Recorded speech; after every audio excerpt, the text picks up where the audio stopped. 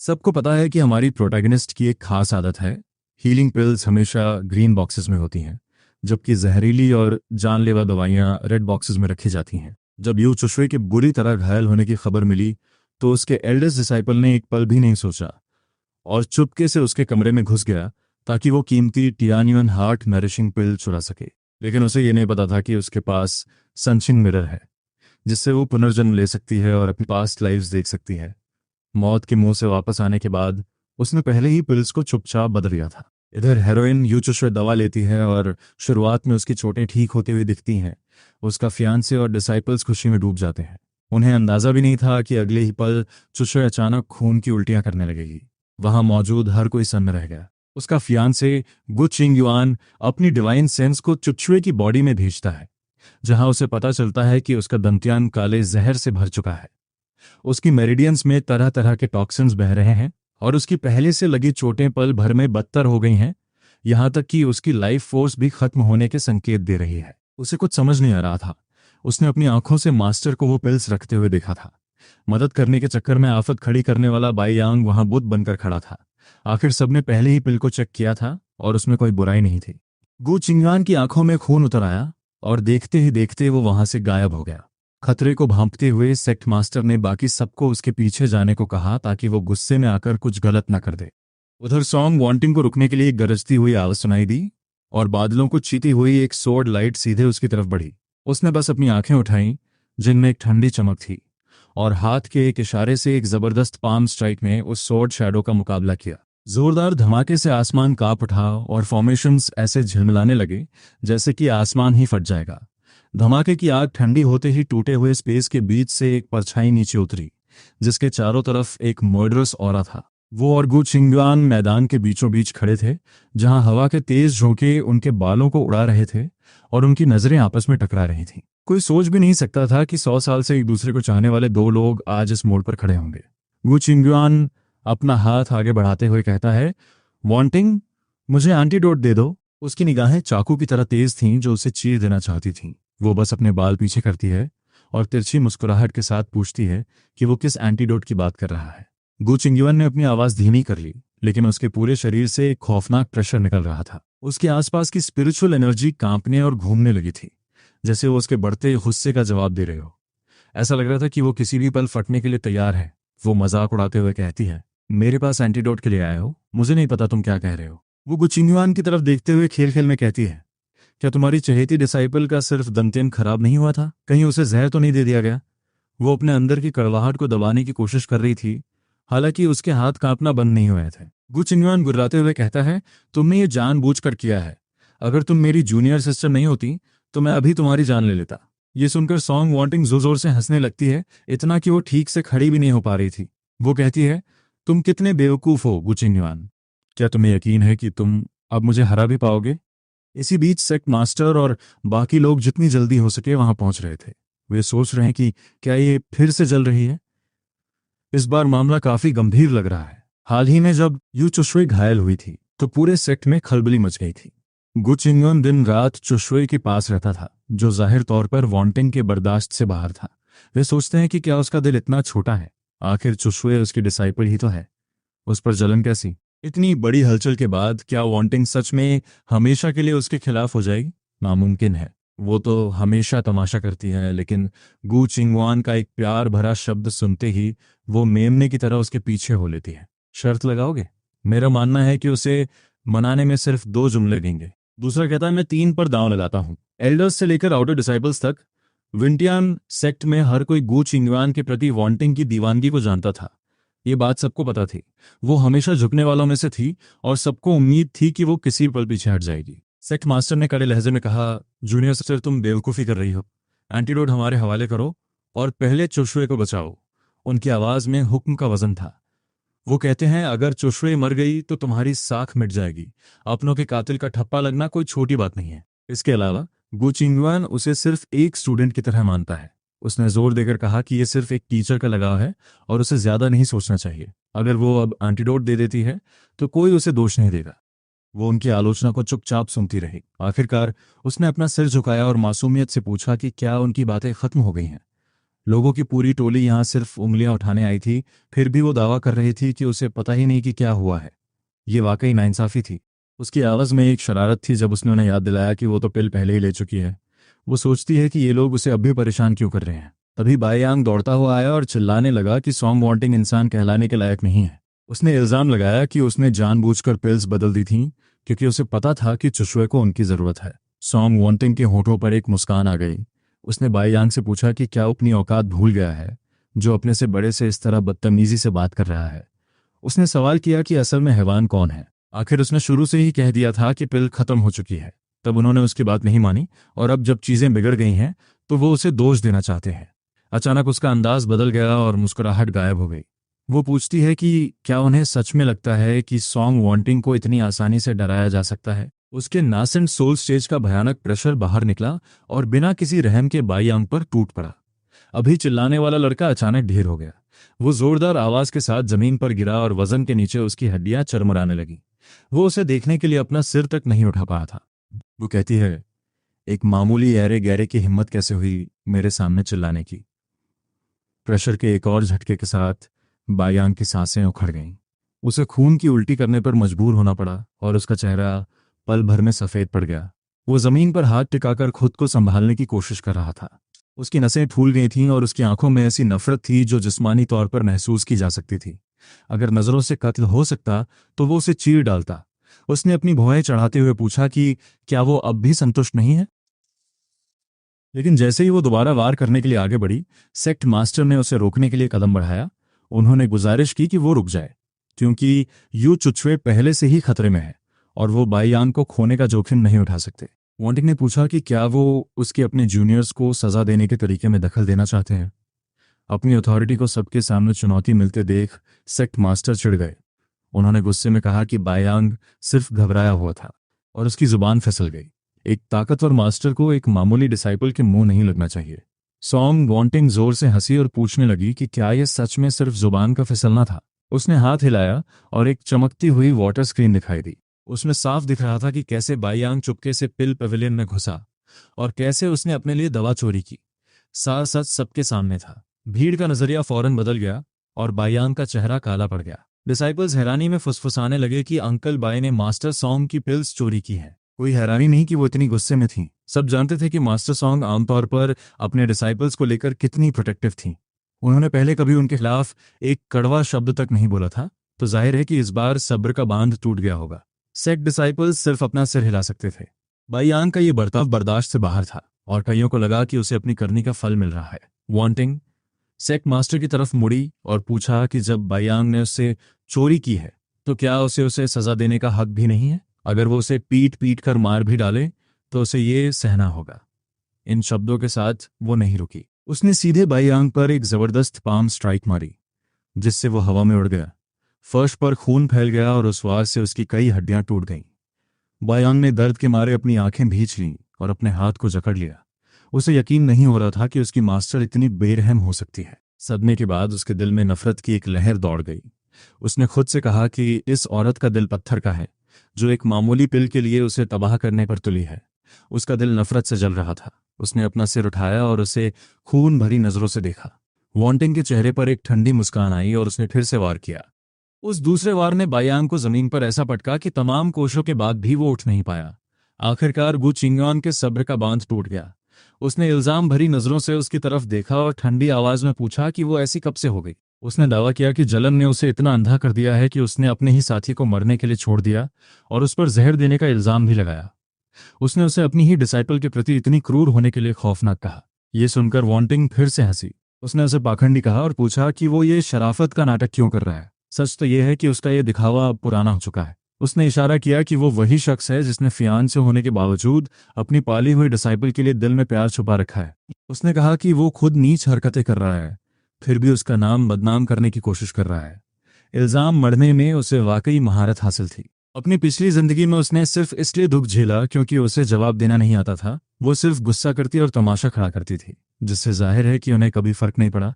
आसपास की भीड़ इस खुलासे से सन्न रह गई। एक मास्टर का अपनी डिसाइपल के लिए ऐसा एहसास होना अकल्पनीय था। भीड़ गु चिंगवान को अविश्वास से देख रही थी और फुसफुसा रही थी कि मास्टर और डिसाइपल के बीच ऐसा रिश्ता किसी बदनामी से कम नहीं है। सेक्ट मास्टर घबरा गए और वांटिंग से बात बंद करने को कहा, इससे पहले कि वो गू चिंगुआन की साख पूरी तरह मिट्टी में मिला दे। वो चाहते थे कि उसका मुंह सिल दे, लेकिन वांटिंग ने एक ठंडी हंसी के साथ अपनी आंखें सिकोड़ी और खामोश गू चिंगुआन की तरफ मुड़ी। उसने उसे सीधे चुनौती दी और पूछा कि क्या उसमें कसम खाने की हिम्मत है। उसने कहा कि अगर वो झूठ बोलता है तो उसकी कीमत ये होगी कि यू चुशुए फिर कभी नहीं जागेगी। उसने उसे ललकारा कि देखे उसमें ये कसम खाने का जिगरा है या नहीं। उसके इस आक्रामक रुख ने गू चिंगुआन को अपनी तलवार पर पकड़ मजबूत करने के लिए मजबूर कर दिया। उसका किलिंग इंटेंट हवा में जहरीली घास की तरह फैल गया, लेकिन आखिर में उसकी कसम खाने की हिम्मत नहीं हुई। सच तो यह है कि उसकी खामोशी ने सब कुछ बयान कर दिया था। वहां इतनी शांति छा गई कि एक सुई गिरने की आवाज भी सुनी जा सकती थी, और यहां तक कि बायांग भी गू चिंगुआन को सदमे में देख रहा था। सेक्ट मास्टर और एल्डर्स के चेहरे पीले पड़ गए। आंगन में मौजूद हर आंख गू चिंगुआन को गुनहगार की तरह देख रही थी। उनकी नजरों में निराशा और सदमा था, और गू चिंगुआन ने बस अपनी आंखें बंद कर ली। ये राज उसे लंबे समय से तड़पा रहा था। उसे हमेशा से पता कि एक दिन ये सबके सामने आएगा, और उसने कई बार अपने दिमाग में ये मंजर सोचा था। उसे बस ये उम्मीद नहीं थी कि ये तब होगा जब चुशुए की जान दांव पर लगी होगी। वो चिल्लाया और पूछा कि क्या उसका बोलना खत्म हो गया, और उसे बचाने की मांग की। उसकी इस ढिठाई पर वांटिंग को हंसी आ गई। वो सोचने लगी कि आखिर सब कुछ करने के बाद भी उसमें मदद मांगने की हिम्मत कहाँ से आई। उसने उससे पूछा कि उसे उस औरत को बचाने के लिए कहने का क्या हक है जिसने उसका रिश्ता बर्बाद किया। गू चिंगुआन आखिरकार अपना आपा खो बैठा और उसे चुप होने के लिए कहा। उसने अपनी तलवार उठाई, उसके हाथ कांप रहे थे, और दावा किया कि चुकशुए दुनिया की सबसे खूबसूरत और पाक रूह है। उसने कहा कि वो वांटिंग की तरह खुदगर्ज या मतलबी नहीं है, और वो कभी किसी का बुरा नहीं चाहेगी। उसने धमकी दी कि अगर उसने फिर से चुचुए की बेइज्जती की तो वो अपनी शराफत भूल जाएगा। वांटिंग मजाक उड़ाते हुए आगे बढ़ी। उसने उसे नीचा दिखाते हुए याद दिलाया कि कैसे उसने बड़ी मिन्नतें करके उसे मनाया था, और सिर्फ सॉन्ग फैमिली का साथ पाने के लिए शादी का प्रस्ताव रखा था। उसने अपना बचाव करते हुए कहा कि उसे तब प्यार का मतलब नहीं पता था। उसने दलील दी कि उसने अपनी पारिवारिक ममता को प्यार समझ लिया था, और उसका प्रस्ताव उस वक्त सच्चा था। वांटिंग को यह सफाई बहुत मजेदार लगी, खासकर यह देखते हुए कि उसका दिल कितनी जल्दी जवान यू चुशुए की तरफ खिंच गया। जब चुचुए पहले पहल सेक्ट में आई थी तो वो सिर्फ 5 साल की थी, यानी वो एक बेटी की तरह थी जिसे गू चिंगुआन ने बड़े होते देखा था। अपनी ही डिसाइपल के लिए ऐसी भावनाएं रखना खौफनाक और घिनौना था। वांटिंग सेक्ट मास्टर और एल्डर्स की तरफ मुड़ी और पूछा कि क्या उन्होंने सब सुन लिया। उसने ऐलान किया कि उसने सॉन्ग वांटिंग ने कभी गू चिंगुआन का बुरा नहीं चाहा। ये वही था जिसने अपनी वफादारी बदली और उसे धोखा दिया। उसने वहां मौजूद हर किसी को गवाह बनाया और अपनी तलवार एक ही झटके में म्यान से बाहर निकालते हुए गू चिंगुआन के साथ अपनी सगाई आधिकारिक तौर पर तोड़ दी। वांग अपने बालों को एक झटके में काट देती है और ऐलान करती है कि वो आज इसी वक्त अपने सारे रिश्ते और अपनी बेट्रोदल खत्म कर रही है। ये देखकर सेक्ट मास्टर दंग रह जाते हैं। वो वांग को समझाने की कोशिश करते हैं कि वो जल्दबाजी में कोई फैसला न ले। वहीं आसपास खड़े डिसाइपल्स की तो हैरानी का ठिकाना ही नहीं रहता। गू चिंगुआन की आंखें गुस्से से सिकुड़ जाती हैं, और अपनी सोड पर उसकी पकड़ इतनी मजबूत हो जाती है कि उसके नकल सफेद पड़ जाते हैं। वो उससे पूछता है कि क्या उसने सच में इस बारे में सोच लिया है। वो उसे चेतावनी देता है कि अभी भी पछताने के लिए बहुत देर नहीं हुई है। अगर वो सिर्फ माफी मांग ले और चिंगशुए को ठीक कर दे तो वो इस एंगेजमेंट को बनाए रखने के लिए तैयार है। वो वहां ऐसे खड़ा है जैसे कोई बहुत बड़ा बलिदान दे रहा हो, जिसे देखकर सच में किसी को भी घिना जाए। वांग अपनी बात पर अड़ी रहती है और साफ कह देती है कि उसने अपना मन बना लिया है। उनकी एंगेजमेंट अब खत्म हो चुकी है और उसे अब उसके प्यार के खोखले वादों की कोई परवाह नहीं है। गू चिंगुआन एकदम सुन्न रह जाता है। उसे यकीन नहीं होता कि वो सच में सब कुछ खत्म करना चाहती है, जबकि वहां मौजूद लोगों को समझ आ जाता है कि इस बार उसका गुस्सा कोई मजाक नहीं है। सेक्ट मास्टर बीच में पड़ने की कोशिश करते हैं और कहते हैं कि उन्हें इस बारे में आराम से बात करनी चाहिए, क्योंकि वो इतने सालों से साथ हैं। बाकी लोग भी उसकी हाँ में हाँ मिलाते हैं और कहते हैं कि इतनी दूर जाने की ज़रूरत नहीं है, क्योंकि तकनीकी तौर पर उसके और चिंगशुए के बीच किसी भी तरह का रिश्ता होना मुमकिन ही नहीं है। उनकी बातें सुनकर वान निंग एक तंज भरी हंसी हंसती है और बद्दुआ देती है कि उनकी आने वाली 18 पीढ़ियों को भी ऐसी ही फालतू स्थितियों का सामना करना पड़े। एल्डर्स अब अपना बचाव करने लगते हैं और कहते हैं कि वो तो बस उसके भले के लिए बोल रहे थे, और उसे उनकी सलाह की कद्र न करने के लिए एहसान फरामोश बताते हैं। वो दलील देते हैं कि वो सिर्फ हंगामा खड़ा कर रही है और बाद में सुलह के लिए खुद गिड़गिड़ाती हुई आएगी, जैसे कि यह सब सिर्फ उसका एक नखरा हो। उसकी बद्दुआ से उन्हें काफी ठेस पहुंचती है और उन्हें लगता है कि वो अपना गुस्सा उस आदमी पर निकालने के बजाय उन पर गलत तरीके से निकाल रही है। वो उन्हें तिरछी नजरों से देखती है और चुप रहने को कहती है, ये साफ करते हुए कि उसकी पर्सनल लाइफ में दखल देना उनका काम नहीं है।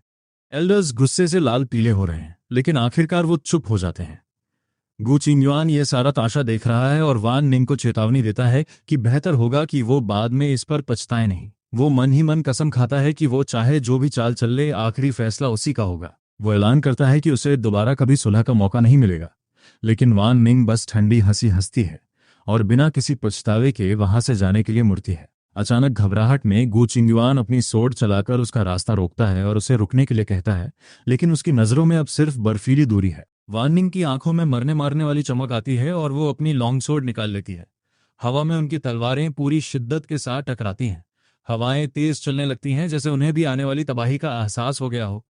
खतरे को भांपते हुए सेक्ट मास्टर का चेहरा डर से पीला पड़ जाता है।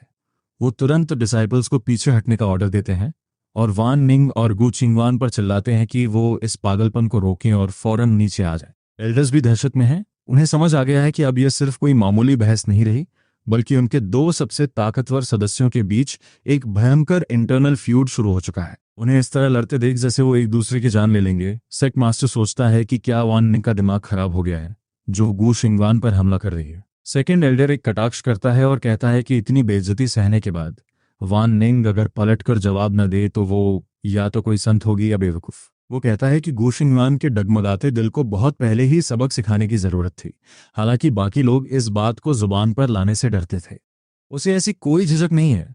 वो खुलेआम गु चिंगयुआन को अपनी ही यंग डिसाइपल के लिए रोमांटिक फीलिंग्स रखने के लिए परवर्टेड कहता है। सेक्ट मास्टर उसे घूरते हुए कहता है कि यह गॉसिप करने का वक्त नहीं है। सबसे जरूरी काम इस लड़ाई को रोकना है, इससे पहले कि किसी की मौत हो जाए। सेकेंड एल्डर बस अपने कंधे उचका देता है और कहता है कि गु चिंगयुआन उससे कहीं ज्यादा ताकतवर है और इस वक्त वो अंधाधुंध गुस्से में है, जो कि बीच बचाव करने वाले के लिए एक बुरा कॉम्बिनेशन है।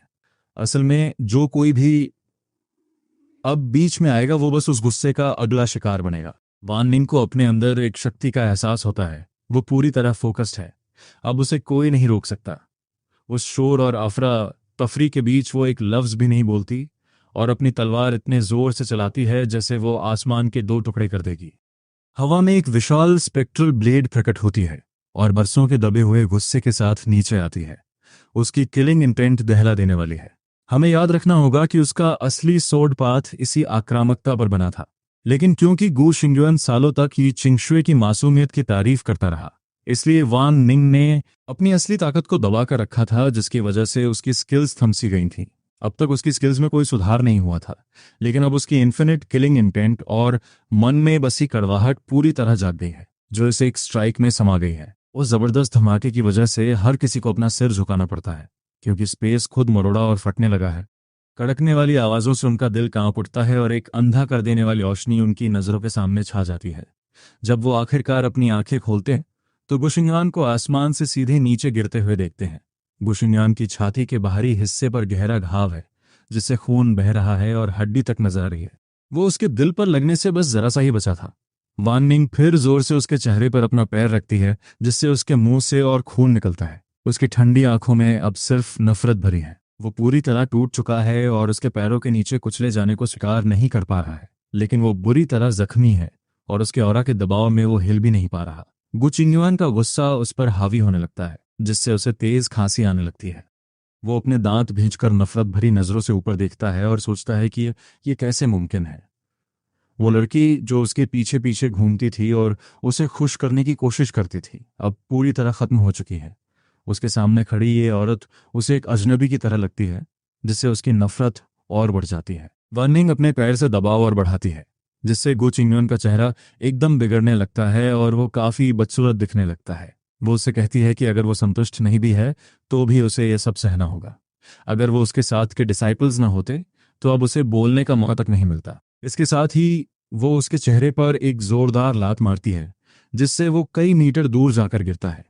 डिसाइपल्स यकीन नहीं कर पाते और सोचते हैं कि क्या उनकी आंखें धोखा दे रही हैं कि एंसेस्टर सॉन्ग ने उसे इस तरह पटक दिया। कुछ लोग तो उसकी ताकत से काफी प्रभावित भी होते हैं। गु चिंगयुआन दर्द सहते हुए धीरे धीरे अपने पैरों पर वापस खड़ा होता है। उसकी मुट्ठियां कसी हुई हैं और उसकी नजरों में जिल्लत साफ दिख रही है। उसने उसे पकड़ने और चिंगशुआ को ठीक करने के लिए मजबूर करने का सोचा था, लेकिन अब वो सारे प्लान्स धुएं की तरह उड़ गए हैं। फिर भी उसे लगता है कि चिंगशुआ की जान बचाना जरूरी है। गु चिंगयुआन कदम दर कदम वान निंग की तरफ वापस आता है। उसकी आंखें खून जैसी लाल हैं और नफरत से भरी हैं। फिर अचानक एक आवाज के साथ उसके घुटने टिक जाते हैं और वो उसके सामने घुटनों के बल बैठ जाता है। वो उससे भीख मांगते हुए कहता है, चिंगशुआ को बचा लो, मैं तुमसे मिन्नत करता हूँ। उसकी आंखों में आंसू हैं और अपनी डिसाइपल को खोने का खौफ साफ दिख रहा है। कभी ऊंचा और ताकतवर कहलाने वाला एंसेस्टर गु आज अपने ही बराबर के साथी के सामने घुटने टेक रहा है। ये मंजर सबको सदमे में डाल देता है। गहराई में वान निंग के दिल में एक बार फिर दर्द उठता है, लेकिन ये दर्द नहीं बल्कि एक विडंबना है। उसे एहसास होता है कि अगर गु चिंगवान शुरू से ही अपनी भावनाओं को लेकर इतना ईमानदार होता तो शायद वो इतनी कड़वाहट से न भरती। शायद उसने बहुत पहले ही उसे छोड़ दिया होता, क्योंकि उसका भी अपना प्राइड है। फिर भी उसने बार बार बहानों के पीछे छिपना चुना। उसके लगातार इनकार ने उसके शक और नफरत को बढ़ावा दिया, जिससे वो खुद को धोखा देने पर मजबूर हो गई। अब वो उसकी गिड़गिड़ाती आंखों में देखती है और धीरे से अपना सिर झुकाती है। वो अपना हाथ बढ़ाकर गु चिंगयुआन के चेहरे को छूती है और सोचती है कि वो सच में इसे पूरी तरह तबाह कर देना चाहती है। सच कहें तो इसमें उसका क्या कसूर? अचानक उसके नुकीले नाखून उसके गाल को चीर देते हैं, जिससे उसकी गोरी त्वचा पर खून से लथपथ एक गहरा घाव बन जाता है। गु चिंगयुआन दर्द से कराहा उठता है। वो ऊपर देखता है तो उसे ऐसी आंखें मिलती हैं जो साक्षात नर्क से लौट कर आई हो। उसका हाथ फिर खतरनाक तरीके से उसके गले पर आकर टिक जाता है। गु चिंगयुआन एकदम सुन्न हो जाता है और 1 इंच भी हिलने की हिम्मत नहीं करता। उनके चारों ओर खड़े डिसाइपल्स की सांसें थम जाती हैं और वो बिल्कुल खामोशी से ये सब देखते हैं। ठीक जब सबको लगता है कि वो उस पर जानलेवा हमला करने वाली है, वान निंग अचानक पीछे हट जाती है और खड़ी हो जाती है। वो उस लड़की को बचाने के लिए तैयार हो जाती है। हालांकि वो उसे चेतावनी देती है कि एक बार जब वो इंसान बच जाए तो वो पछताए नहीं। गु चिंगयुआन के चेहरे पर खुशी की लहर दौड़ जाती है। वो जल्दी से खड़ा हो जाता है और वान निंग आगे कहती है कि वो सिर्फ कोशिश कर सकती है और आखिरी नतीजे की जिम्मेदारी उसकी नहीं होगी। गु चिंगयुआन पागलों की तरह सिर हिलाता है। उसके दिमाग में बस यही है कि जब तक वो मदद के लिए तैयार है, उसकी सही हुई हर जिल्लत की कोई कीमत नहीं है। तभी वान निंग बहुत तेज रफ्तार के साथ नजरों से ओझल हो जाती है। गु चिंगयुआन अपने दर्द को नजरअंदाज करता है, एल्डर्स की तरफ एक नजर डालता है और तुरंत उसके पीछे भागता है। इसी बीच बायाम उस जगह को खाली नजरों से घूरता है जहां से वो गायब हुई थी। उसे अपने सीने में एक अजीब सी भारीपन महसूस होता है। उसके मास्टर ने उसे नजरअंदाज कर दिया था।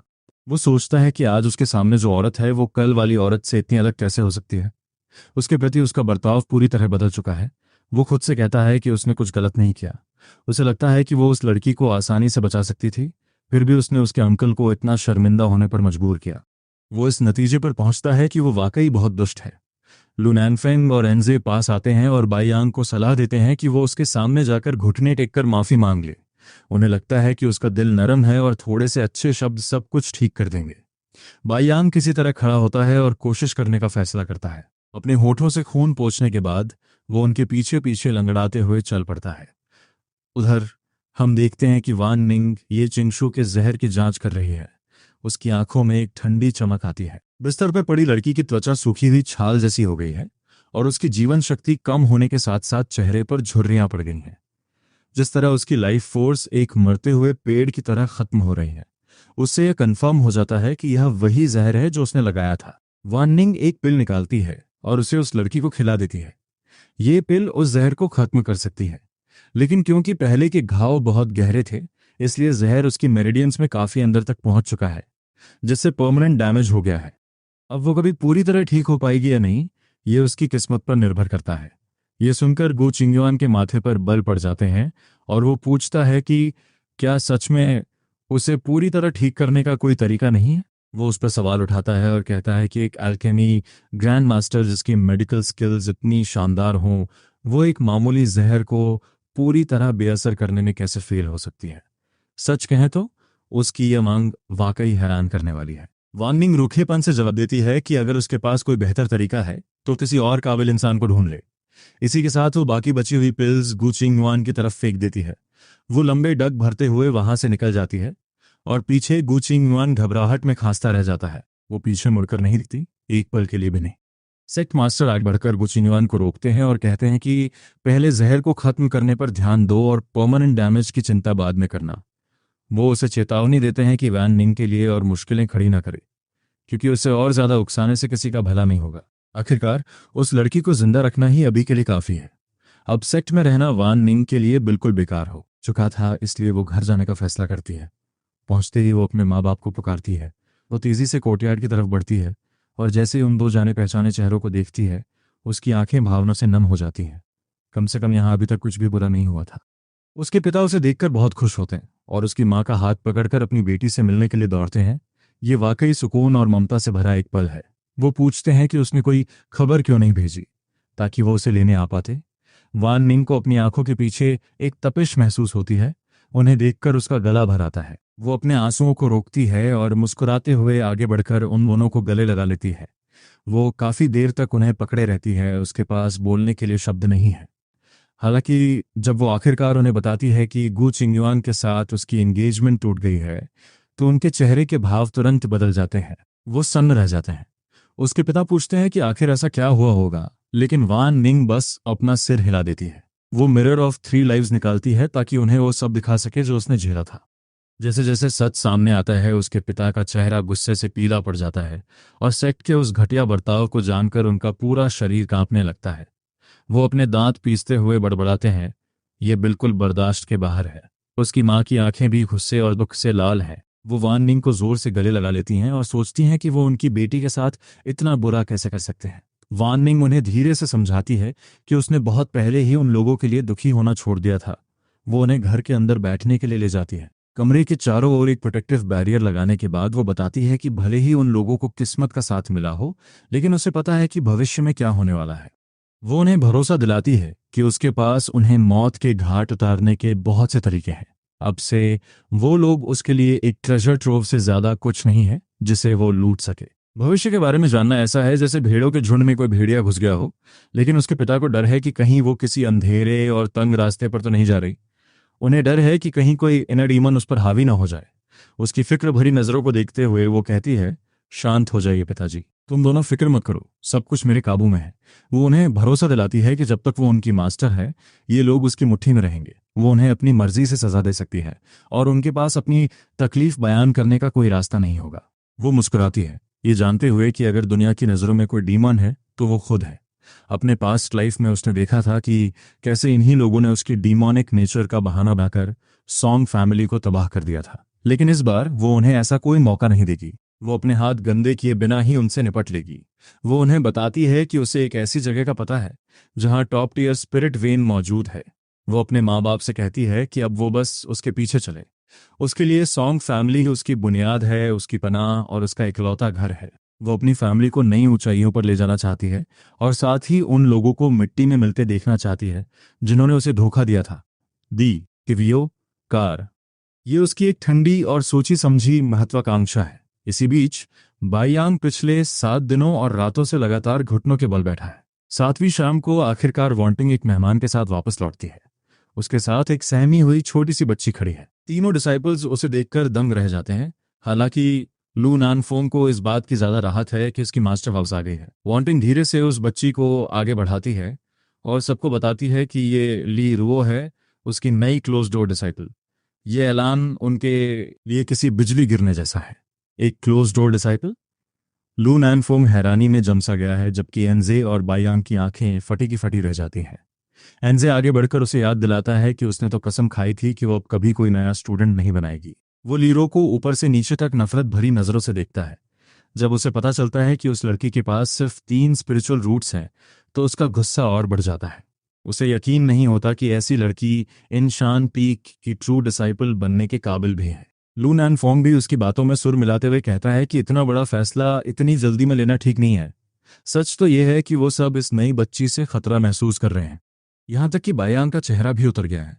वांटिंग बस एक ठंडी हंसी हंसती है और पूछती है कि क्या अब उसे नया स्टूडेंट रखने के लिए उनकी इजाजत लेनी होगी। वो लीरुओ का छोटा सा हाथ अपने हाथ में थाम लेती है और ऐलान करती है कि आज से ये लड़की उनकी जूनियर सिस्टर है, फिर चाहे उसमें टैलेंट हो या ना हो। जब तक वांटिंग उसे पसंद करती है, बस वही मायने रखता है। वो बाकी सबको नजरअंदाज करते हुए बच्ची को लेकर मेन हॉल की तरफ चल रही है। उसने बायांग की तरफ एक नजर तक नहीं डाली। लू नानफोंग घबराहट महसूस करने लगता है कि आखिर उनकी मास्टर अचानक इतनी बदल कैसे गई। एनजे नफरत से फुफकारता है। उसे यकीन है कि ये सब सिर्फ उन्हें सजा देने का एक घटिया तरीका है। उसे लगता है कि उसने सिर्फ उन्हें नीचा दिखाने के लिए एक नई डिसाइपल रखी है। बायांग का चेहरा और काला पड़ जाता है। वो भी यही मानता है कि ये सब उसे उकसाने के लिए किया गया एक नाटक है। फिर भी वो अपनी गलती मानने को तैयार नहीं है। वो सोचता है कि अगर मास्टर उसे नजरअंदाज कर रही है तो वो भी उन्हें भाव नहीं देगा। देखते हैं पहले कौन टूटता है। इधर हॉल के अंदर वांटिंग उस बच्ची को देख रही है। जब उसे लीरो मिली थी तब उसे पीटा जा रहा था, लेकिन फिर भी उसकी आंखों में एक अजीब सी चमक थी। ये वही नजर थी जो वांटिंग को अच्छी तरह याद थी। अपनी पास्ट लाइफ में जब वांटिंग शिकार होने के बाद एक गहरी घाटी में गिर गई थी, तब इसी लड़की ने उसकी जान बचाई थी। उसने किसी को खबर नहीं की, बल्कि उसकी मदद की। उस लड़की ने तो वांटिंग को अपनी इकलौती मेडिसिनल पिल्स तक दे दी थी। ये वो आसान है जिसे वांटिंग कभी नहीं भूल सकती। लीरो घबराहट में अपने कपड़ों के कोने को मरोड़ते हुए फुसफुसाती है, मास्टर सॉन्ग, शायद मुझे वापस चले जाना चाहिए। उसकी आंखों में खुद को लेकर शक साफ दिख रहा है। वांटिंग जवाब देती है, मैंने तुम्हें इसलिए चुना क्योंकि तुम्हारे पास अपनी खूबियां हैं। वो बच्ची को समझाती है कि उसे इतना संकोच करने की जरूरत नहीं है। आखिरकार कुछ लोगों के पास टैलेंट तो बहुत होता है, लेकिन उनका चरित्र खराब होता है, जिसका अंजाम बहुत बुरा होता है। आज से लीरो आधिकारिक तौर पर सॉन्ग वांटिंग की डिसाइपल है। उसे खुद को छोटा समझने की जरूरत नहीं है, क्योंकि वो किसी से कम नहीं है। छोटी बच्ची अपनी अंगूर जैसी बड़ी बड़ी आंखों से हैरानी और खुशी के साथ ऊपर देखती है और पूछती है, क्या सच में? वांटिंग बस उसे तसल्ली देने के लिए सर हिला देती है। बाहर बयान को आखिरकार अपनी सजा खत्म करने की इजाजत मिल जाती है। 7 दिनों तक घुटनों के बल बैठने के बाद वो अपने दर्द करते घुटनों को सहलाते हुए खड़ा होता है। लू नैन फोम उससे उसका हाल पूछता है, लेकिन बाईयांग गुस्से में उसका हाथ झटक देता है। सच तो यह है कि उसके घुटनों से ज्यादा उसके गुरूर को चोट लगी है। लू नैन फोम देखता है कि बाईयांग की पुरानी चोटें अभी भरी नहीं है और इतने दिनों तक झुककर बैठने से हालत और बिगड़ गया है। वो कहता है कि बाईयांग आराम करे और वो खुद जाकर कुछ पिल्स लेकर आता है। वो वादा करता है कि सही दवाई से चोटें जल्दी ठीक हो जाएंगी। एनजे बाईयांग को लेकर चला जाता है, जबकि लू नैन फेंग पिल पवेलियन की तरफ बढ़ता है। वो एक गहरी सांस लेता है, जैसे पिछला पूरा हफ्ता उस पर भारी पड़ गया हो। जैसे ही वो हॉल में दाखिल होता है, वो देखता है कि वांटिंग छोटी ली रो को कुछ सिखा रही है। लू नैन फोंग बोलने से पहले एक पल के लिए रुकता है, मास्टर, मैं सीनियर ब्रदर बाईयांग के लिए कुछ दवाई लेने पिल पवेलियन जा रहा हूँ। आमतौर पर वो उन्हें हर महीने हाई ग्रेड पिल्स का एक तय हिस्सा देती थी, इसलिए कभी मांगने की जरूरत नहीं पड़ी। वांटिंग अपना काम रोकती है और उसे एक सर्द बेरुखी भरी नजरों से देखती है। वो उसे याद दिलाती है कि बाईयांग ने दवाइयां चुराई थीं और अपने मास्टर का अपमान किया था।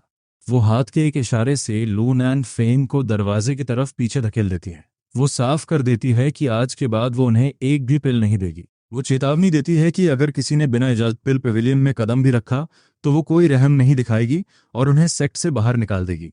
अचानक हॉल के दरवाजे जोर से बंद हो जाते हैं और लू नैन फेंग वहां हक्का बक्का खड़ा रह जाता है, जबकि एनजे का गुस्सा 7वें आसमान पर पहुंच जाता है। एनजे चिल्लाकर कहता है कि उन्हें उसकी रद्दी दवाइयों की जरूरत नहीं है, वो अपनी दवाइयां खुद खरीद लेंगे। बयाम खामोश है, लेकिन वो मुड़कर हॉल के बंद दरवाजों को एक आखिरी बार देखता है। तभी वेन मिंग यू उनका रास्ता रोक लेता है। वेन मिंग यू उनका मजाक उड़ाते हुए पूछता है कि क्या ये वही महान टैलेंटेड लोग हैं जो आज यहाँ भटक रहे हैं। एनजे आग बबूला होकर चिल्लाता है कि वो यहाँ दवाइयां खरीदने आए हैं और उसे रास्ते से हटने को कहता है। वेन मिंग यू नाटक करते हुए हैरान होने का ढोंग करता है और कहता है कि उन्हें कुछ खरीदने की क्या जरूरत जब आंट सॉन्ग सब कुछ मुफ्त में दे देती हैं। फिर वो जानबूझकर याद दिलाता है कि कैसे एक एहसान फरामोश लड़के ने दवाइयां चुराई और किसी की जान लेने ही वाला था। वो सीधे सीधे कहता है कि अगर वो आंट सॉन्ग की जगह होता तो ऐसे नमक हराम को एक दाना भी न देता। इसी बात पर एनजे आपा खो देता है और दोनों के बीच एक भयानक लड़ाई शुरू हो जाती है। लू नैन फोंग घबराहट में अपने हाथ पैर मार रहा है और अपने बड़े भाई से इस लड़ाई को रोकने की मिन्नतें कर रहा है। बयान का चेहरा गुस्से से तमतमा जाता है और वो आगे छलांग लगाता है, लेकिन लड़ाई रोकने के बजाय वो एनजे को एक तरफ धकेल देता है और खुद वेन मिंगयू के सामने आ जाता है। वो गुस्से में पूछता है, क्या तुम्हें लगता है कि कमजोरों पर हाथ उठाकर तुम कोई हीरो बन गए हो? उसकी तलवार म्यान से बाहर निकल आती है और उससे एक खौफनाक कातिलाना एहसास, मर्डरस इंटेंट झलक रहा है। पिछले कुछ दिनों का सारा दबा हुआ गुस्सा अब बाहर निकल रहा है। लू नैन फोंग का चेहरा पीला पड़ गया है। उसे समझ आ गया है कि बाईयांग अब अपना आपा खो चुका है। पुराने वक्त में बाईयांग कभी वेन मिंगयू जैसे लोगों की तरफ देखता तक नहीं था, लेकिन अब एनजे पीछे से शोर मचा है कि इस कचरे को कुचल दो। लू नैन फोंग बुरी तरह घबराया हुआ है और तभी लान लू वहां आ पहुंचता है। ये सारा तमाशा रुकता है और सबको सेक्ट नेता के दरबार में ले जाया जाता है। दरबार के अंदर बायांग अपनी मगरूर आंखों के साथ खड़ा है। तभी वांटिंग एक चटक लाल लिबास में वहां पहुंचती है, जैसे उसे किसी बात की कोई फिक्र ही ना हो। उसके आते ही बायांग अपनी नजरें फेर लेता है और एनजे उसे ऐसे घूरता है जैसे वो उसकी दुश्मन हो। वांटिंग मन ही मन उनके इस बर्ताव पर हंसती है। उसे पता है कि एक टैलेंटेड इंसान जो तमीज ना सीखे वो सिवाय एक बर्बादी के और कुछ नहीं है। वो बैठती है और सेक्ट नेता से पूछती है कि उसे यहाँ क्यों बुलाया गया है। उसके सामने उसका पुराना प्रतिद्वंदी लानलू बैठा है, जो बढ़ा चढ़ाकर बताने लगता है कि कैसे बाई यांग और एनजे ने बदतमीजी की। लानलू दलील देता है कि जरूरत से ज्यादा लाड़ प्यार ने इन शिष्यों को बिगाड़ दिया है और अब सेक्ट नेता को इन पर सख्ती करनी ही होगी। सेक्ट नेता सर पकड़कर वांटिंग की तरफ देखता है और उसका पक्ष जानना चाहता है, जबकि कमरे की हर आंख उसी पे टिकी है। बायांग के चेहरे पर कोई भाव नहीं है, लेकिन उसके अंदर एक तनाव महसूस किया जा सकता है। वो इंतजार कर रहा है। उसे उम्मीद है कि हमेशा की तरह उसकी मास्टर उसे बचा लेगी, लान लू से लड़ेगी और उसे यहां से ले जाएगी। वांटिंग धीरे से खड़ी होती है। वो उसकी तरफ देखती है और एक पल के लिए उनकी नजरें मिलती हैं। बयान के अंदर एक दबी हुई खुशी जागती है। वो सोचता है कि अगर उसकी मास्टर बस अपना सिर झुका ले तो शायद वो अपने दिल में उसे माफ करने की जगह बना लेगा। यही वो खुद से कह रहा होता है जब वो धीरे से अपना हाथ हवा में उठाती है। अचानक उस खामोश हॉल में एक जोरदार थप्पड़ की गूंज सुनाई देती है और बायान कमरे के दूसरी तरफ जा गिरता है। उसके कुछ दांत तक ढीले हो जाते हैं। उसका गाल तुरंत सूज जाता है। लान लू ये देखकर सन्न है और वेन मिंग यू की आंखें फटी की फटी रह जाती हैं। वांटिंग बस इतना पूछती है, क्या अब सीनियर ब्रदर लान को तसल्ली मिली? वो मुस्कुराते हुए अपना सिर टेढ़ा करती है और एक के बाद एक चार और थप्पड़ जड़ देती है, जिससे बायांग किसी कपड़े की गुड़िया की तरह यहाँ गिरता है। वो जमीन पर जोर से गिरता है और उसका गुरूर उसके होश के साथ ही चकनाचूर हो जाता है। उसे आखिरकार एहसास होता है कि अब वो उसकी पसंदीदा नहीं रही।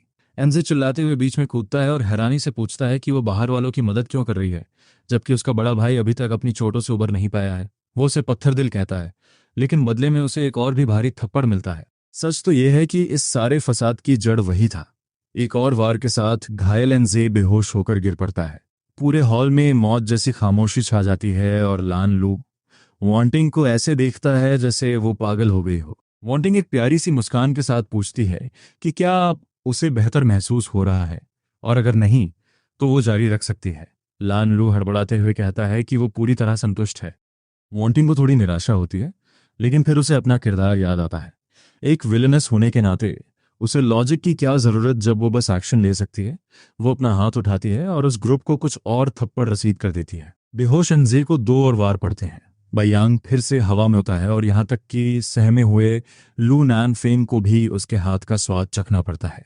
उसे पागल करार देते हुए लान लू गुस्से में बाहर निकल जाता है और वेन मिंग यू भी उसके पीछे भागता है। सेक्ट नेता बस अपना माथा पड़कर रह जाता है। वांटिंग अपनी भौहें चढ़ाती है और जमीन पर पड़े उन तीनों को देखती है। वो कहती है कि चूंकि बायांग ने दवाइयां चुराई थीं, इसलिए वो बस अपने शिष्यों को सबक सिखा रही है। वो तंज कसती है कि पहले उसे उनकी गपशप से फर्क नहीं पड़ता था, लेकिन अब पड़ता है। सेक्ट नेता को एक और सरदर्द महसूस होता है। ये वाकई एक पेचीदा मामला है। वांटिंग अपना स्कर्ट ठीक करती है और वहां से चल देती है। उसका लाल लिबास किसी अकेली नाव की तरह दूर जाता हुआ दिखाई देता है। बायांग एक कांपता हुआ हाथ आगे बढ़ाता है, जैसे उस रोशनी की एक आखिरी झलक पाना चाहता हो, लेकिन उसकी हिम्मत जवाब दे जाती है। वो बस उसे जाते हुए देख सकता है। जैसे ही वो उसे बिना मुड़े जाते हुए देखता है, बायांग के सीने में एक तेज चुभन भरा दर्द होता है। उसकी रक्षा करने वाले मास्टर के पुराने शब्द उसके कानों में गूंजते हैं, लेकिन अब वहां सिर्फ एक डरावनी खामोशी है। वो अपना सीना पकड़ लेता है और उसी तरफ टकटकी लगाकर देखता रहता है जहां वांटिंग गायब हुई थी। सेक्ट नेता नीचे पड़े तीनों शिष्यों को देखता है और बेबसी से आ भरते हुए बायांग से कहता है कि इस बार गलती वाकई उनकी थी। वो उन्हें सलाह देता है कि वो जाकर जूनियर सिस्टर सॉन्ग से माफी मांगे ताकि उन्हें सुधरने का मौका मिले, लेकिन बायांग की आंखों में नफरत देखकर सेक्ट नेता का चेहरा सख्त हो जाता है। वो उन्हें चेतावनी देता है कि अगर उसके अपने शिष्यों ने कभी किसी बाहरी इंसान के लिए उसे धोखा दिया तो उनका अंजाम इससे भी बुरा होगा। वो साफ कहता है कि वांटिंग ने तो फिर भी नरमी दिखाई है। जैसे इस घटना की खबर फैलती है, भीड़ खुशी से शोर मचाने लगती है। इसी बीच जो लाइफेंग ने गु चिंगयुआन उस जहर को दबाने में ई चुशवा की मदद कर रहा है जो उसके शरीर में फैल रहा है। शाहो शांग खबर देने पहुंचता है और खबर सुनते ही ई चुशवा बेचैन हो जाती है और पूछती है कि क्या बायांग ठीक है। उसके पीछे गु चिंगयुआन का ऑरा डगमगा जाता है और वो खांसने लगता है। शाहो शांग, जो अपने दोस्त की हालत देखकर चिढ़ा हुआ है, उसे अपनी कानों पर यकीन नहीं होता। वो ठंडे स्वर में जवाब देता है कि वो लड़का मरा नहीं है, जिस पर ये चुशवा अफसोस जताते हुए कहती है कि ये सब उसी की गलती है कि उसे उस दवाई की जरूरत पड़ी। शाहो शांग कहना चाहता है कि उसके पिल सिचुएशन का इससे कोई लेना देना नहीं है, पर गु चिंगयुआन उसे अपनी बात पूरी करने से पहले ही टोक देता है। अपने दोस्त की कमजोरी पर आग बबूला होकर शाहो शांग वहां से चला जाता है, लेकिन गु चिंगयुआन उसके पीछे जाता है और पूछता है कि आखिर उसे उस लड़के में दिखता क्या है। चुशवा जोर देकर कहती है कि वो बहुत दयालु है और सबसे अलग है। गु चिंगयुआन थोड़े रूखे लहजे में कहता है कि वो लड़का तो यहाँ तक मानता है कि all living beings are equal है। शाओ शांग अपना आपा खो देता है और सॉन्ग वान निंग के बारे में पूछता है, क्या गु चिंगयुआन वाकई उस ब्रोकन एंगेजमेंट को आगे बढ़ाने वाला है। गु चिंगयुआन अड़िग है और कहता है कि उनके बीच अब कोई गुंजाइश नहीं बची। शाओ शांग उसे चेतावनी देता है कि उसे खोने का पछतावा जरूर होगा। शाओ शांग उसे घूरते हुए कहता है कि अगर एंगेजमेंट खत्म हो चुकी है तो गु चिंगयुआन को बुरा नहीं लगना चाहिए अगर वो खुद वान निंग को परस्यू करे। गु चिंगयुआन सदमे में सुन्न रह जाता है। चारों तरफ की हवा जैसे रुक सी जाती है और वो अपनी मुट्ठियां भींच लेता है। सच तो यह है कि उसे इस मोड़ की उम्मीद नहीं थी। आखिर में वो खुद को संभालते हुए कहता है कि अब वान निंग के साथ जो भी हो उससे उसका कोई वास्ता नहीं है। शाहो शांग बस मुस्कुराता है और उसे कहता है कि इन शब्दों पर बाद में पछताना मत। उधर यांग शाओफंग की चोटी पर बाई यांग काफी देर तक संघर्ष करने के बाद आखिरकार खड़ा होता है और लंगड़ाते हुए वान निंग के मेन हॉल की तरफ बढ़ता है। शिखर पर पहुंचते ही उसके कदम रुक जाते हैं। वहां अब एक बिल्कुल नया 3 स्टोरी कोर्टयार्ड खड़ा है, जिसके चारों तरफ सुंदर फूल और पेड़ हैं। हम देखते हैं कि वान निंग बड़े ही प्यार से ली रुओ के सिर को सहला रही है। ये देखकर बाईयांग के अंदर गुस्से और हार की एक लहर दौड़ जाती है और वो उनके करीब आता है। जैसे ही बाईयांग नजदीक आता है, वांटिंग उसकी तरफ देखे बिना ही रूखेपन से पूछती है कि वो यहाँ क्या कर रहा है। वो अपनी भड़ास को दबाता है और सिर झुकाकर उसे मास्टर कहता है। वो बड़ी मुश्किल से माफी मांगते हुए कबूल करता है कि पिल्स चोरी करना उसकी गलती थी। ये सुनकर वांटिंग बस मजाक उड़ाते हुए हंसती है, जिसकी आवाज में एक तेज और तीखापन है। उसकी आंखों में तिरस्कार भरा है, जैसे वो सोच रही हो कि कुछ लोग सिर्फ जिल्लत से ही सीखते हैं। वो उसे बताती है कि अगर वो पिल्स के लिए आया है तो इस नाटक की कोई जरूरत नहीं है। अपनी कलाई के एक झटके से वो एक पिल बॉटल उसके पैरों के पास फेंक देती है और इसे एक रिवॉर्ड बताती है। वो बॉटल जमीन पर लुढ़कती हुई उसके बूट से टकराती है। बाईयांग अचानक अपना सिर ऊपर उठाता है। उसके चेहरे पर हैरानी, उलझन और नफरत का मिला जुला भाव है। वांटिंग बस इतना पूछती है कि क्या उसके लिए वो एक बॉटल काफी नहीं है। वो दूसरी बॉटल भी उसकी तरफ फेंकती है और कहती है कि यह तो यकीनन काफी होनी चाहिए। बाईयांग नीचे देखता है। उसकी आंखों में नफरत और अपमान की आग जल रही है, पर गहराई में एक बड़ा डर उसे घेरे हुए है। उसकी नजरों से हमेशा के लिए गिर जाने का डर।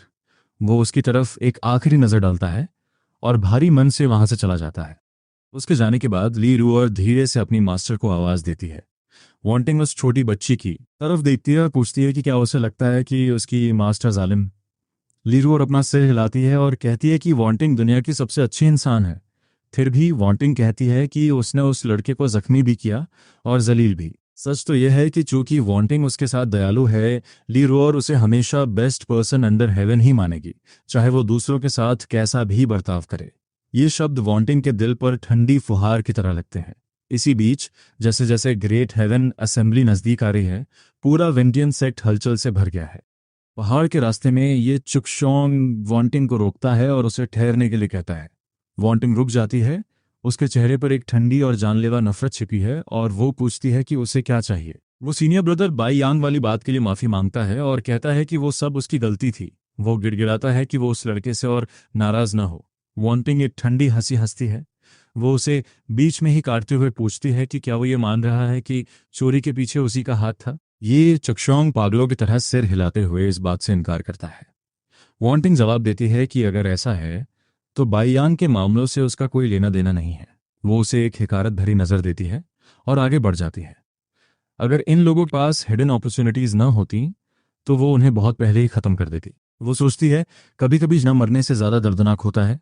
ईचुशवा उसे जाते हुए देखता है और अपना निचला होंठ चबाता है। मन ही मन कसम खाता है कि एक दिन वो उससे आगे निकल जाएगा।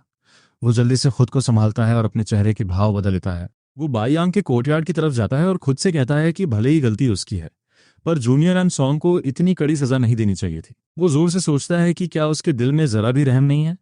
जब वो ऊपर देखता है तो पाता है कि बाईयांग अपनी ही सोच में खोया हुआ है। वो हाथ बढ़ाकर उसे धीरे से हिलाता है। बाईयांग हकीकत में वापस आता है और उसे घूरते हुए पूछता है कि उसने उनकी मास्टर से आखिर क्या कहा। ईचुशवा उसकी आंखों में वो तेजी देखकर सहम जाता है।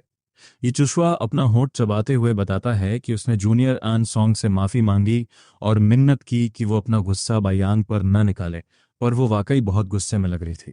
वो आगे कहता है कि उसने साफ कह दिया कि बाईयांग के मसलों से उसका कोई वास्ता नहीं है, जो बात उसे परेशान कर रही है। आखिर उनके करीबी रिश्ते को देखते हुए उसे इसमें शामिल क्यों नहीं होना चाहिए। सच तो यह है कि वो एक मास्टर से ज्यादा एक कंट्रोलिंग मदर की तरह बर्ताव करती है, जो हर छोटी चीज को कंट्रोल करना चाहती है। बायांग ने तीखे लहजे में पूछा कि क्या ये उसके ही शब्द थे। वो ये चुशवा को गौर से देखता है, जो सिर हिलाकर हाँ कहता है। हालांकि उसे बायांग का यह बर्ताव थोड़ा अजीब लगता है। बायांग अपना होठ चबाता है और उसे चैन मिलता है। शायद उसकी मास्टर अभी भी उसकी फिक्र करती है, इसीलिए उसने ई चुशवा को दूर रहने की चेतावनी दी। वो ई चुशवा को कोर्टयार्ड के अंदर ले जाता है, पर उसकी पिल्स लेने से मना कर देता है। ई चुशवा बेचैन हो जाता है और उसे याद दिलाता है कि ग्रेट हेवन असेंबली ने बस कुछ ही दिन बचे हैं। वो पूछता है कि जख्मी हालत में बाईयांग कंपटीशन में कैसे लड़ेगा, पर बाईयांग बस एक ठंडी नज़र के साथ अपना सिर हिला देता है। वो सोचता है कि शायद उसकी चोटें देखकर उसकी मास्टर को उस पर तरस आ जाए। वो खुद से कहता है कि चोट खाकर भी वो किसी नहीं हारेगा। वो अपनी मास्टर को दिखाना चाहता है कि वो कितना एक्सेप्शनल है। उसके दिमाग में सिर्फ वही उसका गर्व बनने के काबिल है, जबकि लीरुओ तो कुछ भी नहीं है। और इस तरह आखिरकार ग्रेट हेवन असेंबली का दिन आ ही गया। जैसे ही हर सेक्ट के जीनियसेस इकट्ठा होते हैं, हम देखते हैं कि वेनिंग और गु चिंग युआन एक दूसरे से काफी दूर अजनबियों की तरह खड़े हैं। जब बाहर के लोग उनकी वेडिंग डेट के बारे में पूछते हैं, तो सेक्ट नेता बड़ी तेजी से उन सवालों को टाल देता है। इसी बीच यी चुशवी गु चेंगयुआन के पीछे खड़ी है और नीचे की भीड़ की रश्क भरी नजरों का आनंद ले रही है। वो आत्मविश्वास से भरी है, इस बात से बिल्कुल अनजान कि नीचे मौजूद डिसाइपल्स कानाफूसी कर रहे हैं कि गु चेंगयुआन की पसंद कितनी घटिया हो गई है। एक डिसाइपल भद्दे तरीके से कहता है कि कुछ लोगों को सिर्फ वही चीजें पसंद आती हैं जिन्हें उन्होंने अभी तक आजमाया ना हो, जबकि गु चेंगयुआन गुस्से में अपनी भौहें सिकोड़ लेता है। उसे डर है कि कहीं चुशवी को सच में पता चल जाए। उसे एहसास होता है कि वो भीड़ की जुबान बंद नहीं कर सकता। वांटिंग एक तरफ बैठी है, उसका चेहरा बिल्कुल सपाट है। उसके पीछे उसके तीनों डिसाइपल्स आज कुछ ज्यादा ही शांत हैं। अंजे लगातार 2 बार मार खाने के बाद अब कुछ बोलने की हिम्मत नहीं कर रहा। उसे आखिरकार मास्टर युआन इंग के रुतबे का असली अंदाजा हो गया है। वो अपने सबसे बड़े सीनियर ब्रदर बाईयांग की तरफ देखता है, जिसकी पैनी नजर ली रू पर टिकी है, जो ठीक वांटिंग के पास खड़ी है। विंडियन सेक्ट का माहौल बड़ा अजीब है, और जैसे ही कंपटीशन शुरू होता है, दूसरे सेक्ट लीडर्स को भी ये महसूस होने लगता है। सेक्ट नेता के रूल समझाने के बाद वो होस्टिंग की जिम्मेदारी एल्डर्स को सौंप देता है। हर सेक्ट के 10 फाउंडेशन एस्टैब्लिशमेंट डिसाइपल्स एक धमाकेदार फ्री फॉर ऑल मुकाबले में उतरे। यी चुशवी, बाईयांग और लू नानफोंग सभी इस मुकाबले का हिस्सा हैं। हालांकि अनजे क्वालिफाई नहीं कर पाया। लू नानफोंग अपनी मास्टर के पास आता है। वो औपचारिक अंदाज में बताता है कि वो अपने एल्डेस्ट सीनियर ब्रदर के साथ जा रहा है। उसकी आवाज में पहले जैसी गर्माहट नहीं है। उनके जाते समय वांटिंग कोई रिएक्शन नहीं देती। बाईयांग नीचे कूदने से पहले वांटिंग के सिर के पिछले हिस्से को एक भारी नजर से देखता है। उसके पीछे पीछे ई चुशवी भी कूद जाती है, जबकि गु चेंगयुआन उन्हें बड़ी फिक्र के साथ देखता है। उसकी आंखें लगातार ई चुशवी का पीछा कर रही हैं। मन ही मन उसे यकीन है कि अगर वांटिंग ने दखल न दिया होता तो उस लड़के के जख्म अब तक भर चुके होते। वो उसकी तरफ एक तिरस्कार भरी नजर से देखता है। वांटिंग इस तनाव को महसूस करती है और अपनी नजरें हटा लेती है। हालांकि उसकी अंदरूनी मुस्कान और गहरी हो जाती है। अगर वो शुरू होने से पहले ही इतना दुखी है, तो बाद में उसका रिएक्शन कैसा होगा। ये चुशवी को तड़पते हुए देखना यकीनन उसके बर्दाश्त से बाहर होगा। वो बड़े आराम से अपनी कुर्सी पर पीछे की ओर झुक जाती है। लीरुओ द्वारा खिलाए जा रहे ग्रेप्स खाती हुई वो पूरी तरह से रिलैक्स्ड दिख रही है। वांगशान सेक्ट का सेक्ट नेता मजाक में कहता है कि वांटिंग बिल्कुल भी फिक्रमंद नहीं लग रही। जरूर उसे अपने डिसाइपल्स पर पूरा भरोसा होगा। सब उसकी तरफ देखते हैं। वो बड़े ही बेपरवाह अंदाज में ग्रेप सीड थूकती है। उसके लिए हार जीत मायने नहीं रखती। जब तक वो मर नहीं जाते तब तक सब ठीक है। बायांग और ल्यू नानफोंग जीतते हैं या नहीं, अब उसे इससे कोई फर्क नहीं पड़ता। वांगशान सेक्ट नेता एक फीकी मुस्कान देता है और कहता है कि वांग को वाकई मजाक करना बहुत पसंद है। जैसे ही क्योटिक फ्री फॉर ऑल का पहला राउंड शुरू हुआ है, भीड़ का ध्यान बन जाता है। वांटिंग उधर देखती तक नहीं बल्कि एक पिक्चर बुक उठाकर पढ़ने लगती है। विंडियन सेक्ट नेता की पलकें झुंझलाहट में फड़कने लगती हैं। हालांकि वो खुलेआम उसकी आलोचना नहीं कर सकता। प्लेटफॉर्म पर बायांग, यी चुशवी और ल्यू नानफोंग लड़ रहे हैं। वो अपने दुश्मनों को खदेड़ने के लिए एक शानदार तालमेल के साथ काम करते हैं, पर ये लगातार मिलने वाली जीतें बायांग को रत्ती भर भी खुशी नहीं दे पाती। कम से कम आज तो नहीं। ऊपर ऊंचे मंच पर मौजूद उस शख्सियत ने एक बार भी उसकी तरफ मुड़कर नहीं देखा। जैसे ही वो धमाकेदार मुकाबला खत्म हुआ, सिर्फ 20 डिसाइपल्स मैदान में बचे थे। विंटियन सेक्ट की तरफ से सिर्फ बाईयाओ और 2 अन्य लोग ही बचे थे। सेक्ट मास्टर का ऑरा शांत बना रहा। भले ही यी चुशुई और बाई याओ दोनों जख्मी थे। लॉर्ड्स ड्राइंग के दूसरे राउंड में बाई याओ और यी चुशुई आगे बढ़ गए, जबकि लियू नानफंग बाहर हो गया। ऊपर से वो बड़े ही ठंडे और बेपरवाह अंदाज में देख रही थी। अब तक सब कुछ बिल्कुल वैसे ही चल रहा था जैसा ओरिजिनल स्टोरी में था। मेन लीड्स होने के नाते उनका हारना तो तय ही नहीं था। फाइनल्स उनका मंच होने वाला था, जहां वो मुकाबला ड्रॉ करेंगे और टॉप स्पॉट साझा करेंगे। उसी पल से उनकी शोहरत पक्की हो जाती। वो अपने बालों के सिरे से खेलती है, उसकी आंखों में एक ठंडी चमक कौंधती है। अगर वो उसे आगे बढ़ने के लिए एक सीढ़ी की तरह इस्तेमाल करना चाहते हैं, तो उन्हें देखना होगा कि क्या वो इसकी इजाज़त देती है। मुकाबला अब अपने आखिरी और अहम मोड़ पर पहुंच गया। टॉप 3 स्पॉट्स के लिए अब सिर्फ 5 लोग बचे थे, और जाहिर है कि बाई याओ और यी चुशुई उनमें शामिल थे। यी चुशुई का मुकाबला वांगजिन सेक्ट के शी वंजुन से निकला, जबकि 7 स्टार्स सेक्ट के लू शान का सामना बाई याओ से होना था। इसी बीच वांगशान सेक्ट के डिसाइपल को बाय मिल गया। उन दोनों ने तब एक समझौता किया। वो दोनों एक साथ लड़ते हुए फाइनल्स तक पहुंचेंगे। जैसे ही मैच शुरू हुआ, यी चुशुई के स्किल्स लाजवाब थे और उसकी मूवमेंट्स बहुत ही नजाकत भरी थीं। एल्डर्स उसकी टैलेंट और इनसाइट की तारीफ किए बिना नहीं रह सके। उसका नेचुरल टैलेंट वाकई काबिले तारीफ है। एक बार वो मैच्योर हो जाए तो उसका भविष्य असीम होगा। विंटियन सेक्ट नेता गर्व से चमकता है। पर दूसरी तरफ बाई याओ के लिए हालात कुछ ठीक नहीं लग रहे।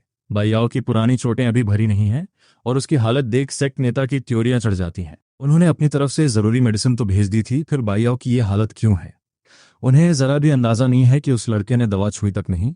बाई याओ अपनी पूरी ताकत से हमला करता है। उसकी शॉट मोमेंटम किसी इंद्रधनुष की तरह तेज है, लेकिन उसकी चालों से साफ झलक रहा है कि वो पूरी तरह थक चुका है। जैसे ही लू शेन की लॉन्ग स्पीयर आगे बढ़ती है, बाई याओ पलटवार की कोशिश करता है, लेकिन अचानक उसका दंतियन जवाब दे देता है और स्पिरिचुअल एनर्जी का बहाव रुक जाता है। स्पीयर का वार सीधा निशाने पर लगता है और उसे घुटनों पर ला खड़ा करता है। वो खून की उल्टियां करने लगता है, जिसे देख लू शेन भी दंग रह जाता है। वो चिल्लाकर पूछता है कि क्या विंटियन सेक्ट को सच में पता नहीं था कि ये लड़का पहले से ही जख्मी है? लूशियन हैरानी में खड़ा है और इधर विंटियन सेक्ट नेता बस एक फीकी मुस्कान दे पाते हैं। उन्होंने दवा तो दी थी, पर बाई याओ ने उसे लेने से साफ इनकार कर दिया था। बाई याओ अपने मुंह से निकलता खून साफ करता है, पर उसकी नजरें अनचाहे ही वांग लिन की तरफ मुड़ जाती हैं। वो मन ही मन सोच रहा है, मुझे इस हालत में देखकर वो जरूर पिघल जाएगी। उसे पूरा यकीन है कि उसकी मास्टर को अब दुख हो रहा होगा। उसके दिमाग में पुरानी यादें ताज़ा होने लगती हैं। जब वो 7 साल का था और एक जंगली जानवर ने उसे काट लिया था, तो उसकी आंखों में कितनी फिक्र थी। जब वो 15 साल का था और दुश्मन उसके पीछे पड़े थे, तब वांग लिन ने हमलावरों के एल्डर्स को अपंग बना दिया था और उसकी रक्षा करने की कसम खाई थी। आज 20 साल की उम्र में पीछे मुड़कर देखते हुए उसे एहसास होता है कि हर मोड़ पर उसकी मास्टर का साया उसके साथ था। वो हाई प्लेटफॉर्म की तरफ देखता है, पर अब वो फिक्र करने वाली आंखें उसे कहीं नजर नहीं आती। उसे सिर्फ वांग लिन का चेहरा एक तरफ मुड़ा हुआ दिखता है। उसकी मास्टर ने उसकी तरफ एक नज़र देखा तक नहीं। उसका दिल जोर से धड़कता है और वो फिर से खड़ा होकर लूशियन पर हमला करता है। वो खुद को दिलासा दे रहा है कि वो अंदर ही अंदर तड़प रही होगी और बस बाहर से सख्त होने का नाटक कर रही है। उसे लगता है कि वो अब भी उनकी जिंदगी का सबसे जरूरी हिस्सा है। बाई याओ पागलों की तरह जानलेवा हमले शुरू कर देता है, जिसकी वजह से लूशियन को भी अपनी पूरी ताकत झोंकनी पड़ती है। कुछ ही पलों में उसके शरीर पर नए घाव भर जाते हैं। भीड़ हैरान है कि वो कर क्या है। ऐसा लग रहा है जैसे वो जानबूझकर अपने ओपोनेंट को उकसा रहा है। वहां मौजूद डिसाइपल्स गंभीर हो जाते हैं और यहां तक कि प्लेटफॉर्म पर बैठे एल्डर्स भी वांग लिन की तरफ देखने लगते हैं।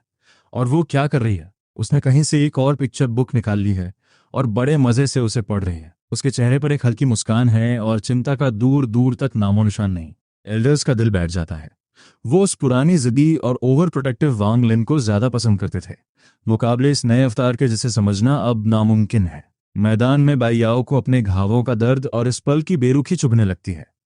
वो सोचता है, क्या सॉन्ग वांटिंग सच में इतनी पत्थर दिल हो गई है? बाई याओ मरणासन हालत में है, फिर भी वो उसकी तरफ देख तक नहीं रही। गु चिंगयुन से अब और चुप नहीं रहा जाता और वो सबके सामने उसकी आलोचना करने लगता है। गु चिंगयुन गुस्से में पूछता है कि जब उसका डिसाइपल इतनी बुरी हालत में है तो वो पिक्चर बुक कैसे पढ़ सकती है।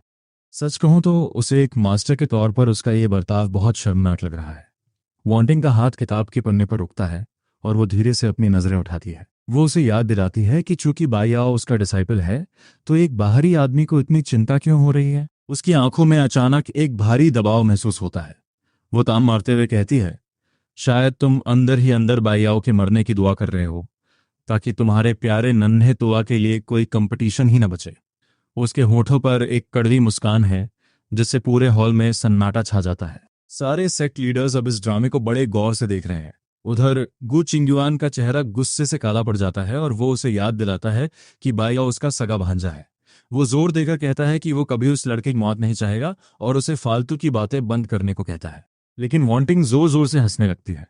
वो उसकी आंखों में गहराई से झांकते हुए कुछ छिपे हुए मतलब के साथ कहती है कि उसे उम्मीद है कि वो भविष्य में भी यही सोच रखेगा। गु चिंगयुआन को अचानक एक अजीब सी घबराहट महसूस होती है। वो झुंझलाकर अपना मुंह मोड़ लेता है। मैदान में जंग अब और हिंसक हो गई है। बाइयाओ के कपड़े फट चुके हैं और खून से लथपथ हैं। लू शान उसे हार मानने को कहता है पर वो लड़का नहीं मानता। वो सुसाइडल अंदाज में लड़ रहा है, जैसे जानबूझकर स्पीयर की नोक को दावत दे रहा हो। स्पीयर उसकी जांघ के पार हो जाती है और एक खौफनाक आवाज के साथ बाइयाओ गिर पड़ता है। दर्द और धुंधली आंखों के साथ वो अपना सिर हाई प्लेटफॉर्म की तरफ उठाने की कोशिश करता है। उसे एक डर सता रहा है, क्या उसकी मास्टर अब कोई फिक्र दिखाएगी। वो खुद से कहता है कि अगर वो अब भी उसकी परवाह करती है तो वो उन सारे दुखों को माफ कर देगा जो उसने उसे दिए हैं। लेकिन लाल लिबास वाली वो परछाई उसकी धुंधली नजरों से ओझल होने लगती है। उसकी उम्मीदें शायद गलत थीं। हम देखते हैं कि वैनिंग मुस्कुराते हुए ली रुओ का सिर सहला रही है और उससे कुछ फुसफुसा रही है। उसने मैदान की तरफ एक नजर भी नहीं डाली। जलन और कड़वाहट की एक लहर बाइयाओ के दिल को चीर देती है। उसे एहसास होता है कि उसने सब कुछ खो दिया है। एल्डर बहुत दुख के साथ नतीजे का ऐलान करते हैं। लू शान रिंग 2 का विजेता है। ये एक ऐसी हार थी जिसकी किसी को उम्मीद नहीं थी। भीड़ दंग है कि टूर्नामेंट जीतने का सबसे बड़ा दावेदार बाइयाओ टॉप 3 में भी जगह नहीं बना पाया। जब एल्डर उसे उठाने की कोशिश करते हैं तो वो लड़का उन्हें पीछे धकेल देता है। वो जिद में वहीं जमीन पर पड़ा रहता है और उसकी नजरें पागलों की तरह हाई प्लेटफॉर्म पर टिकी रहती हैं। लू शान अपनी जीत के बावजूद खुश नहीं हो पा रहा। एनजे की मुठ्ठियां भींची हुई हैं और उसकी आंखें लाल हैं। वो अपने सीनियर ब्रदर को इस हाल में देखकर टूट चुका है। अब उसमें इतनी हिम्मत नहीं बची कि वो वैनिंग पर चिल्ला सके। तभी वैनिंग आखिरकार मैदान की तरफ एक लापरवाह नजर डालती है। उसकी सर्द नजरें उन बेबस और उम्मीद भरी आंखों से मिलती हैं जो नीचे उसका इंतजार कर रही थीं। एक पल के लिए बाइयाओ की आंखों में उम्मीद की किरण जगती है, लेकिन वो रोशनी बुझने के लिए ही आई थी। वार्निंग उसे एक बहुत ही ठंडी और बेरुख नजर से देखती है, जैसे उसकी इस हालत से उसे रत्ती भर भी फर्क नहीं पड़ता। उसने सोचा था कि उस लड़के में कुछ तो हिम्मत होगी, पर वो गलत थी। उसे वो अब सिर्फ एक बुज़दिल नजर आ रहा है। वो आराम से अपनी कुर्सी पर पीछे झुकती है और लीरो के हाथों से थमाए हुए इमॉर्टल वाइन का एक घूंट लेती है। माहौल बहुत भारी है। तभी बगल वाले प्लेटफॉर्म से एक चीख सुनाई देती है और सबका ध्यान उधर चला जाता है। ये चुश्वी जमीन पर गिरी हुई है और काले खून की उल्टियां कर रही है। वेनजून की ब्रॉडसोर्ड उसकी गर्दन पर रखी है। गु चिंगयुआन झटके से खड़ा होता है और पलक झपकते ही स्टेज पर पहुंच जाता है। अपने प्रिय डिसाइपल की हालत देख उसका चेहरा पीला पड़ गया है। एक जोरदार वार से वो ब्रॉडसोर्ड को दूर फेंकता है और लड़की को अपनी बाहों में उठा लेता है, जो किसी टूटी हुई गुड़िया की तरह दिख रही है। कांपती हुई चुश्वी को लेकर वो वानिंग की तरफ भागता है और हुक्म देता है कि वो फौरन उसे बचाए। उसका ये अंदाज और लाल आंखें भीड़ को डरा देती हैं। उधर बाइयाओ गिरते पड़ते खड़ा होता है और चिंता के साथ ये सब देखने लगता है। एनजी भी घबराकर वहां पहुंचता है और कांपती आवाज में पूछता है कि उसकी सीनियर सिस्टर को क्या हुआ है। ये साफ है कि उसे जहर दिया गया है। विंटियन का सेक्ट नेता ये सब देख तनाव में आ चुका है। वो डरते डरते वांटिंग से लड़की का इलाज करने को कहते हैं, पर अंदर ही अंदर उन्हें यकीन नहीं है कि वो मानेगी। और हुआ भी वही। वांटिंग आराम से अपनी कुर्सी पर बैठी रहती है, जैसे ये सब उससे जुड़ा ही ना हो। बाकी सेक्ट लीडर्स एक दूसरे की तरफ देख रहे हैं और इधर गु चिंगयुआन दांत पीसते हुए पूछता है कि आखिर वो चाहती क्या है। वो उसे बहुत अच्छे से जानता है। उसे याद है जब एक बार उसने लू शिंगयाओ को बुरी तरह घायल कर दिया था, तब उसने नफरत में लू शिंगयाओ को जहर दे दिया था और उसे 7 दिनों तक तड़पने के लिए छोड़ दिया था। वो हमेशा से ऐसी ही रही है। अगर वो खुश नहीं है तो वो दूसरों को तड़पाने के 1000 तरीके जानती है। उसने हमेशा उसे लाड़ प्यार से रखा था, पर आज वही बेरहम तरीके उसके खिलाफ इस्तेमाल हो रहे हैं। वांटिंग उसकी तरफ देखती है और पूछती है कि वो क्या करना चाहता है। वो अपनी टांगे मोड़कर शांत से बैठती है और कहती है कि एक ग्रेट ट्रू लॉर्ड को एक मामूली फाउंडेशन एस्टैब्लिशमेंट डिसाइपल पर हमला करना शोभा नहीं देता। वो याद दिलाती है कि वेनजून ईमानदारी से जीता था, पर गु चिंगयुआन ने अपनी डिसाइपल को बचाने के लिए उस लड़के को चोट पहुंचाई। गु चिंगयुआन के पास कोई जवाब नहीं है। वो रूखेपन से कहता है कि वो बाद में माफी मांग लेगा, लेकिन पहले वांटिंग को उस लड़की को बचाना होगा। वांटिंग बस मुस्कुरा देती है और अपना सिर हाथ पर टिकाकर पूछती है कि क्या वो उसे फिर से मारना चाहता है अगर उसने मना कर दिया तो। बाहर के संप्रदायों के लोग ये सुनकर चौंक जाते हैं। गु चिंगयोन सन्न रह जाता है और कहता है कि उसका उसे मारने का कभी कोई इरादा नहीं था। वांटिंग की मुस्कान गायब हो जाती है जब उसे याद आता है कि कैसे उसने कभी उससे गिड़गिड़ाकर भीख मांगी थी कि सॉन्ग फैमिली को नुकसान न पहुंचाए और उसकी जान बख्श दे। वो उसकी जूनियर सिस्टर थी और उसकी प्रेमिका भी, पर तब उसने सिर्फ पत्थर दिल नजरों से उसे देखा था और कहा था कि उसकी जूनियर सिस्टर कब की मर चुकी है। उन्होंने ही उसे इस मोड़ पर लाकर खड़ा किया और आज वही उसे जज करने की हिम्मत कर रहे हैं। वो चिंगयुआन ने खुद उसे फू शेनशिंग रोप से बांधा था और उसके अपने चेले बाई याओ ने उसकी छाती में तलवार घोंपी थी। शुरू करने से पहले आज का पहला टारगेट सेट करते हैं। इस वीडियो पर 2K लाइक्स का एम।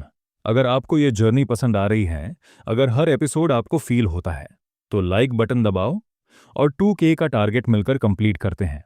आपका एक लाइक सिर्फ बटन नहीं, ये प्रूफ है कि आप इस स्टोरी का पार्ट हो। चैनल को सब्सक्राइब करके बेल ऑन कर दो ताकि हर नया एपिसोड, हर नया ट्विस्ट सबसे पहले आप तक आए। और हाँ, आज का सबसे इंपॉर्टेंट मिशन, हर इंसान एक वीडियो को 3 टाइम्स हाइप कर सकता है, तो अभी के अभी 3/3 हाइप पॉइंट्स कंप्लीट करो। ये सिर्फ नंबर्स नहीं हैं, ये डिसाइड करेगा कि नेक्स्ट एपिसोड फुल पावर के साथ आएगा या नहीं। इतनी मेहनत और टाइम लगता है हर एपिसोड में। अगर सपोर्ट स्ट्रांग रहा तो सीरीज और भी इंटेंस होगी, लेकिन अगर रिस्पॉन्स वीक रहा तो शायद ये जर्नी यहीं रुक सकती है या फिर आगे सिर्फ मेंबर्स के लिए कंटिन्यू होगी। डिसीजन आपके हाथ में है। 2K लाइक सेम कंप्लीट करो, 3/3 हाइप फिनिश करो, लाइक और सब्सक्राइब करो और कमेंट में लिखो मिशन कंप्लीट। ये सिर्फ चैनल नहीं, हमारी कम्युनिटी का पावर मोमेंट है।